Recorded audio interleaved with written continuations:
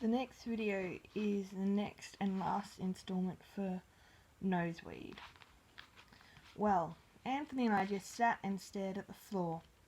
After all that, so near and yet so far, we had almost developed a new apple type, a golden green, but Cameo had swallowed it. "Never mind, Grandpa," said Anthony. "You'll crack it one day." He was a great kid. He was just trying to cheer me up, but I knew it was no good. I was getting old. I didn't have much time left on Earth. I knew that I would never develop that golden green now. My heart was heavy. Excuse me if I wipe a little tear from my cheek, but I always get so sad when I think of Gran. Bless her heart. Suddenly Anthony jumped up. "I know," he said.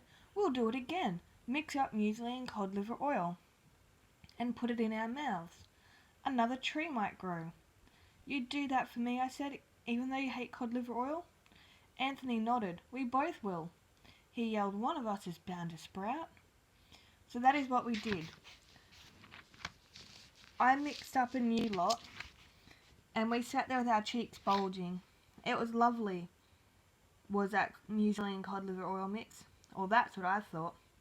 Poor Anthony sat there with tears streaming from his eyes. He thought the taste was terrible. For 2 days we sat there, waiting and waiting and waiting. We couldn't talk. We dared not move. The phone rang, but neither of us could answer it. We didn't even go outside. 2 days and 2 nights, sitting there with our mouths full of muesli and cod liver oil. But nothing grew. Not a leaf, not a twig. Nothing. Finally, Anthony got up and spat into the sink. "It's no good, Grandpa," he said. "I can't go on. It's not going to work." He was right, of course. I spat my lot into the bin and went off and had a shower. It was the worst day of my life. I had nothing left to look forward to. I dried myself and dressed. Then I went out into the kitchen. Just then, Anthony rushed in. He was carrying something. Something wonderful. 2 golden apples. "Golden grands," he shouted. "Look." He pointed outside. I ran over to the window and stared out. And there it was. I couldn't believe my eyes.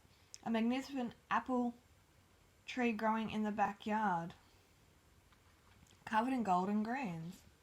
The tree was sprouting out of a pile of horse manure. Cameo had done a good job. "Whoopee!" I yelled. I had never been happier in my whole life. Anthony grinned and held out an apple. "You be the first one to taste," he said. "No," I told him. "The honor is yours." Anthony took a bite. He pulled a face and spat. "Ugh," he yelled. "Sorry, Grandpa, but it's terrible. Disgusting." I grabbed the other apple and munched. "Delicious," I shouted. "Absolutely delicious. The first apple in the world that tastes like cod liver oil." And that ends that installment and that novella of Noseweed.